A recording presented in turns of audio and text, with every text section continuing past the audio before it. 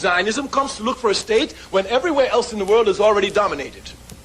Thus, in order for Mr. Herzl to get a country for Zionists, what he did was to attach himself to imperialism, British imperialism in this case, quite specifically.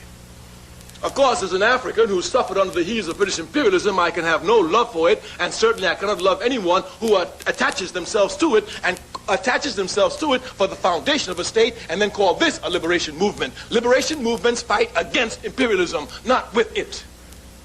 Legal foundation of the State of Israel is what is known as the Balfour Declaration. This declaration was issued in 1917. A man in the government of Britain named Balfour wrote a paper and promised the Jews a national home.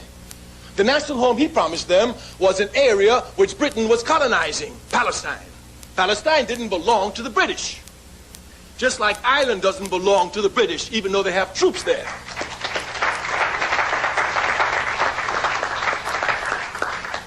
But here, these British imperialists signed a note and gave it to the Jews, and they accepted it. Where is the morality for this?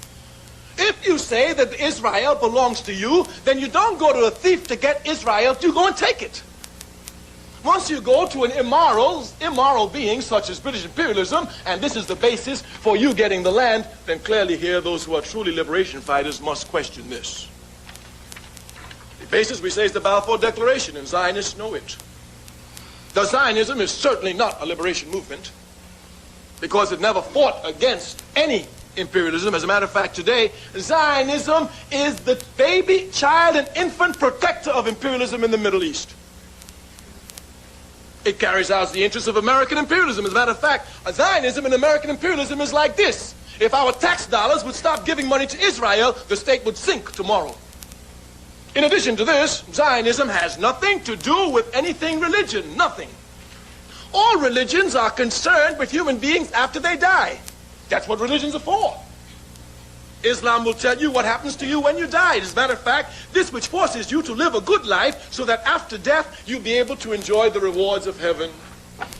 The same is true for Judaism. But Zionism says nothing about the individual after they're dead. They don't give a damn about you.